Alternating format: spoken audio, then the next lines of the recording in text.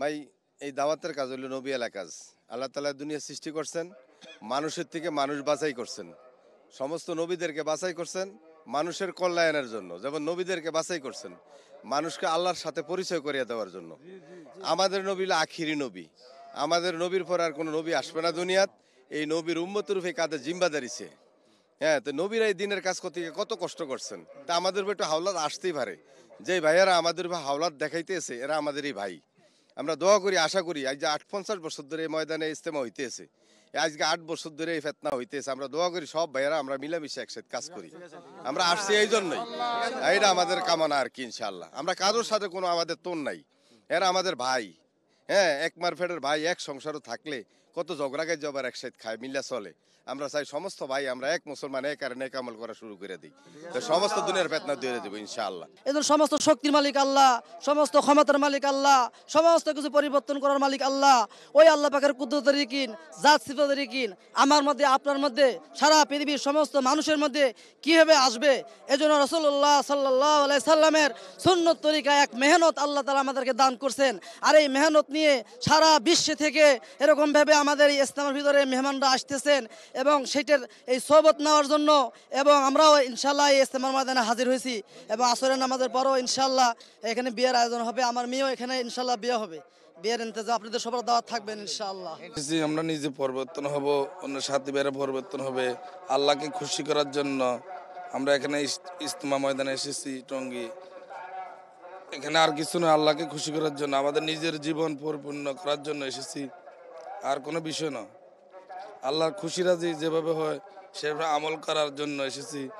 এখানে অন্য কোনো উদ্দেশ্য না, কোনো রাজনীতিক, অন্য কোনো উদ্দেশ্য না, কোনো রাজনীতিক টাকা পয়সার জন্য এসে আল্লাহর খুশি রাজির জন্য আমি এসেছি। আমার জীবনকে পরিপূর্ণ ইসলামী জীবন, নবীদের জীবন, সাহাবীদের জীবন যেভাবে পরিবর্তন করা যায় সেই কারণে আমরা ইজতেমা ময়দানে এসেছি, আর কোনো উদ্দেশ্য নাই। মানে আমার নিজের জীবনকে পরিবর্তন করার জন্য এসেছি। সাথী ভাইরা যারা আছে সবাই এক সালাম কালাম নামাজ এগুলার সালাম কালামে থাকবো। আমরা ইবাদতের মাধ্যমে আল্লাহকে খুশি করা, যেভাবে নবী রাসূল সাহাবীরা যুগে যুগে যার নবী কারীম সাল্লাল্লাহু আলাইহি ওয়াসাল্লাম যারা এসেছে তাদের জীবনের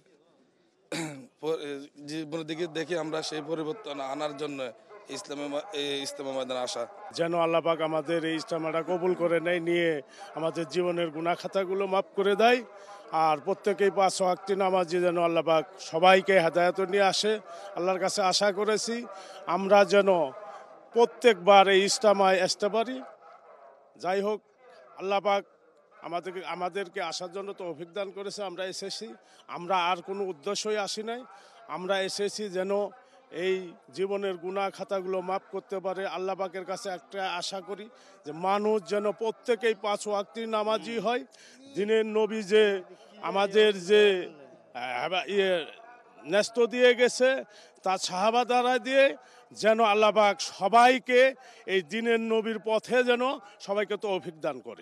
যে ইজতেমাতে আনাইছে এর জন্য অসংখ্য শুকরিয়া আদায় করে সকলে বলি আলহামদুলিল্লাহ। এখানে আমার উদ্দেশ্য এটাই, মাকসুদ হইল একমাত্র আল্লাহকে রাজি খুশি করার জন্য। হ্যাঁ, যা বয়ান হচ্ছে আল্লাহ রাসূলের দোয়া টুকটাক যাই আমল করতে পারতেছি, হ্যাঁ তাই শুকরিয়া আল্লাহর কাছে।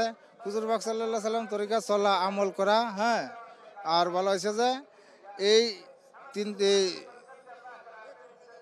6 নম্বরের আমল করতে পারলে ইসলামী দিনের বা চলা অতি সহজ, এইটুকু আমরা শিখতে পারছি। হ্যাঁ, আল্লাহ কালিক, আল্লাহ মালিক, আল্লাহ রব, রবের হুকুমান না হুজুর পাক সাল্লাল্লাহু আলাইহি সাল্লামের তরিকা চলা, তাদেরকে আল্লাহ পাক দুনিয়া শান্তি দিবেন, আখিরাতের শান্তি দিবেন। সেই শান্তি সম্পর্কে আলোচনা হইতেছে। হ্যাঁ, সুখ শান্তি সফলতা সব আল্লাহ তাআলার কাছে।